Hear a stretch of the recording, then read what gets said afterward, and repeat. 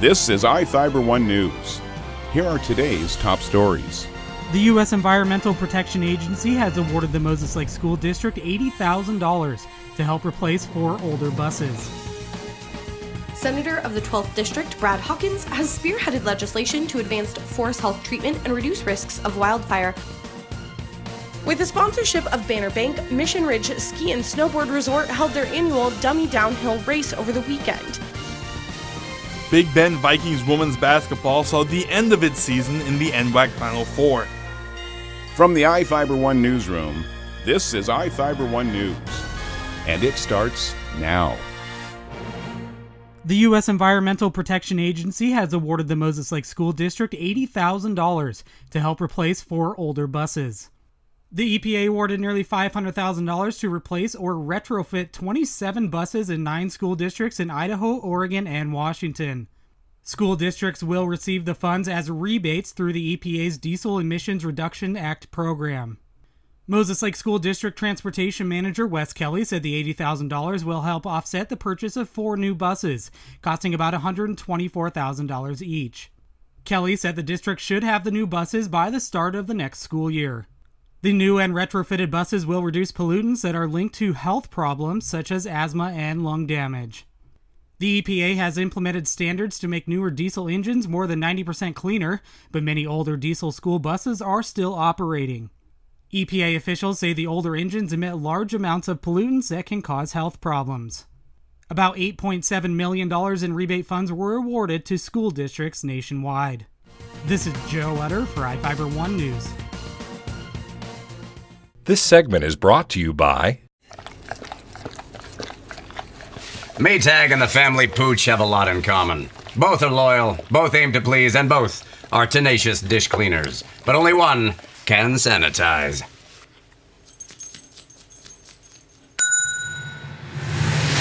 Maytag, what's inside matters. Maytag Appliances, now available at more furniture in Ephrata.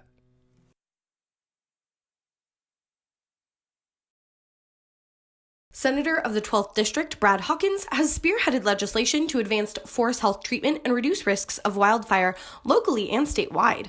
Along with last year's Senate Bill 5546, which Hawkins was the primary sponsor on, the lawmaker reported securing a $100,000 appropriation in the state budget to help reduce wildfire risks in the Upper Squilchuck Valley. The appropriation in the budget will go to the State Parks and Recreation Commission and the Forest Ridge Wildfire Coalition, who will work to improve the forest health in the Squilchuck State Park area. Hawkins says that if that area is untreated, it could put the Forest Ridge housing community under great threat from wildfire. The Forest Ridge Wildfire Coalition has partnered with nonprofits such as Scout Vista and the Cascadia Conservation District in the past to complete fuels reduction remediation on about 10 acres. This is about half the size of the Squilchuck State Park, which is now in queue for the same kind of work. I'm Madison Meyer with iFIBER 1 News. This segment is brought to you by Your taste buds bored? Well, then bring them to Jay's Teriyaki. Not only does Jay's have a variety of teriyaki dishes, they also offer mouth-watering salads and sides. Call Jay's 509-764-5155. Jay's Teriyaki, located at 123 East Broadway in Moses Lake, because it's all in the sauce. With the sponsorship of Banner Bank, Mission Ridge Ski and Snowboard Resort held their annual dummy downhill race over the weekend. With over 30 dummies registered and hundreds in attendance, participants' designed dummies were launched over the specialty-built jump.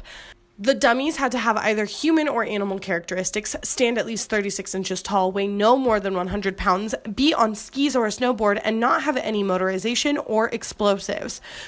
Grand prizes went to longest launch, and other winners went to Judge's Choice, Most Creative, Most Likely to Survive, and Best Carnage. For a full list of launch lengths and winners, check out Mission Ridge's website. I'm Madison Meyer with iFIBER 1 News. Big Bend Vikings women's basketball saw the end of its season in the NWAC Final Four, to the hands of the eventual NWAC champions, Walla Walla, 92-64. Big Bend entered the season with fairly low expectations, coming off a 4-12 region record from last year. The Vikings had struggled since their last run in the tournament in 2003, failing to bring in a winning record in the region for 14 years. Hopes were high with the return of 5 sophomores and a promising recruiting class, but a lot had to be proven in the tough-as-nails East region. An 11-2 non-region record turned heads, but life got tough fast for the Vikings in region play. Big Ben started 1-3 in league play and fell to a low seed in the region. But the Vikings turned it on in the second half of region play and went 6-2, barely making it into the playoffs. After making it, they proved to everyone that they absolutely belong there by beating number 1 seeded Grays Harbor and number 2 seeded Everett. With the core group graduating, it's hard to tell what this team will be next season. But no matter what, this year's team was something special Big Ben hasn't seen in a while. I'm Adam Chikoski for iFIBER 1 Sports. This is iFIBER 1 News. For more information on these stories and other news, visit us online at iFiber1.com or check us out on Facebook.